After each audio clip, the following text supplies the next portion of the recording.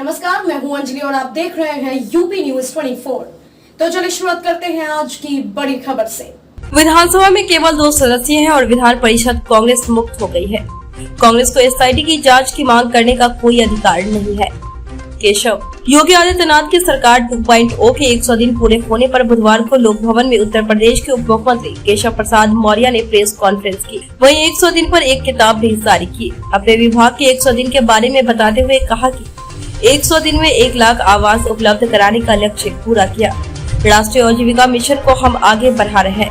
100 दिन में 50,141 समूह गठित किए। आंगनबाड़ी केंद्र पर पोषाहार वितरण में समूहों को भी जोड़ा।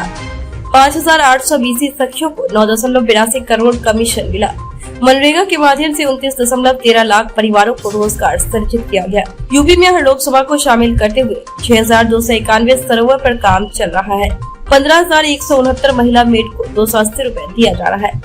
मनरेगा से 150 हाईटेक नर्सरी बनाई जा रही है। 75 विलुप्त नदियों को पुनर्जीवित किया जा रहा है। तकनीक से 20% कम लागत पर सड़कों का निर्माण होगा। प्रधानमंत्री ग्राम सड़क योजना में 5,000 सड़कों का निर्माण पूरा प्राकृतिक खेती पर हम काम कर रहे हैं। वहीं उप मुख्यमंत्री एवं स्वास्थ्य मंत्री ब्रजेश पाठक ने अपने ही विभाग स्वास्थ्य विभाग में हुए तबादलों पर सवाल पर विपक्ष के हमलों को लेकर उप मुख्यमंत्री केशव प्रसाद मौर्य ने कहा कि स्वास्थ्य विभाग में तबादलों पर अगर कहीं कोई गड़बड़ी हुई तो जांच की जाएगी। हमें अखिलेश यादव से प्रमाण पत्र की आवश्यकता नहीं है।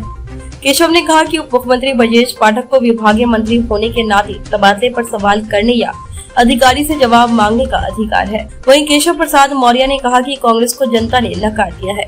विधानसभा में केवल 2 सदस्य हैं और विधान परिषद कांग्रेस मुक्त हो गई है।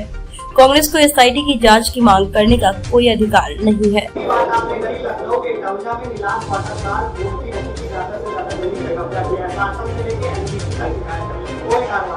देखिए, अभी जो आप विषय उठा रहे हैं, मैंने आपको ये बताया कि जो विलुप्त नदियां हैं, हम आजादी के अमृत महोत्सव वर्ष पर 75 को पुनर्जीवित करें। ये जो विषय बता रहे हैं, आप मुझे अलग से दे दीजिएगा, हम उस पर कार्रवाई करेंगे।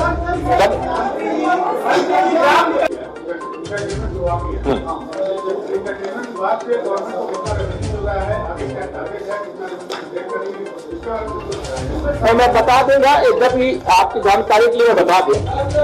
मैं बता एक ही सवाल अब एक आ गया, एक का जवाब दे दीजिए।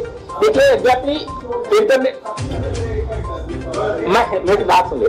देखिए, ये जो मंत्रालय है, सामान्यतः जीएसटी आने के बाद इस मंत्रालय का उसमें विलय हो गया और विलय होने के बाद फिर भी मेरे पास उसका डेटा अगर आप जानना चाहें तो हम लोगों ने 100 दिन में 35,000 नए व्यापारियों को पंजीकृत किए जाने का एक लक्ष्य रखा था।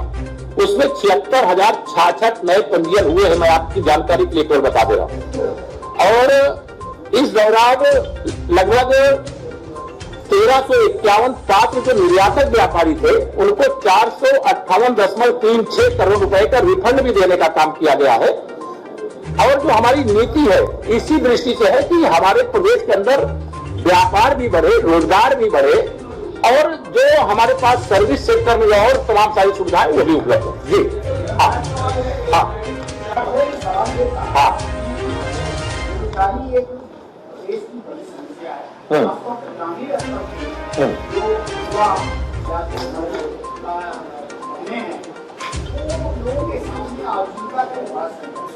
बहुत सारी योजनाएं सरकार की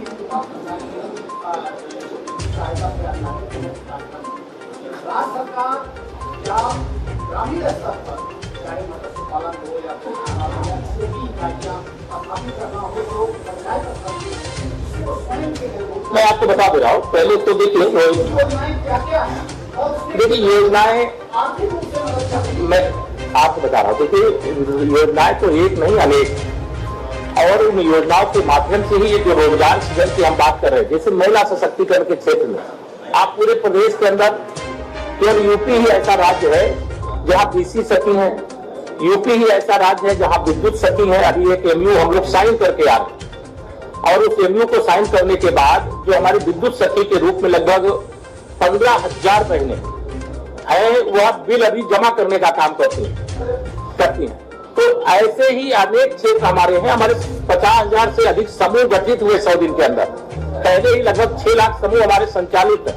5 वर्ष के अंदर हम 10 लाख समूह गठित करने का एक लक्ष्य लेकर के चल रहे हैं। तो रोजगार के अधिक से अधिक अवसर पैदा हो, यही सरकार का लक्ष्य है। और हमें इस बात का गर्व है कि अब हमारे उत्तर प्रदेश के अंदर रोजगार के अनेक अवसर पैदा हो रहे हैं। अभी पिछले दिनों आपने देखा इन्वेस्टर समिट के माध्यम से बड़े पैमाने पर इन्वेस्टर हमारे प्रदेश के अंदर आ रहे हैं, अलग अलग सेक्टर में या इन्वेस्ट करने का काम कर रहे हैं। तो उससे सभी क्षेत्रों में रोजगार सृजित हो, भ्रष्टाचार मुक्त रोजगार सृजित हो, कहीं कोई गड़बड़ी है तो उसको ठीक करने का काम करेंगे। तो यह आपके ध्यान में रहे और समय समय पर हम अपने आपके केवल एक मनरेगा का आपको डेटा दिए। हाँ, ये नवीन मशीनों का शुभारंभ या भी आज की स्थिति में आप जानते हैं कि हर चीज उर्वरक का इतना तेजी से इस्तेमाल हो रहा है, जिसमें जो भी चीज हम लोग खाते हैं उसमें कोई ना कोई ऐसा लगता है कि कहीं ऐसी कोई सामग्री का इस्तेमाल तो नहीं किया गया जो हमारे शरीर को एक हाथ हम रोटी रहे हैं, रोटी के साथ कोई ऐसी चीज। तो आज प्राकृतिक खेती की ओर सरकार का ध्यान गया है और उस दिशा में भी यह सहयोग हो, इसको लेकर के भी जो हमारी खाद्य प्रसंस्करण उद्योग नीति 2017 है, उस दृष्टि से हम लोग इस कार्य को आगे बढ़ा रहे हैं। और बड़े पैमाने पर यह भी बताते हुए कि हमें जो हमारे प्रशिक्षण केंद्र खाद्य प्रसंस्करण के माध्यम से भी कई प्रकार के प्रशिक्षण दिए जाते हैं और जो प्रशिक्षित बच्चे निकलते हैं वहां से उनको लगभग 60% को कहीं ना कहीं रोजगार उपलब्ध होता है। और हमारे यहाँ 1250 की संख्या में नए उद्यमियों को प्रशिक्षित करने का काम भी हुआ है।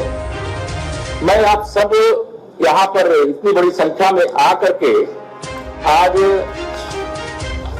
इसमें हिस्सा लिए, मैं आप सबका धन्यवाद करते हुए यह भी आपको बताते हुए मुझे प्रसन्नता होगी कि हम लोगों ने प्रदेश के विकास की दृष्टि से किसी प्रकार का कहीं पर भी कोई नुकसान किसी हमारे प्रदेशवासी को ना हो, इसको ध्यान में रख करके हम लोगों ने कार्य को आगे बढ़ाने का काम किया।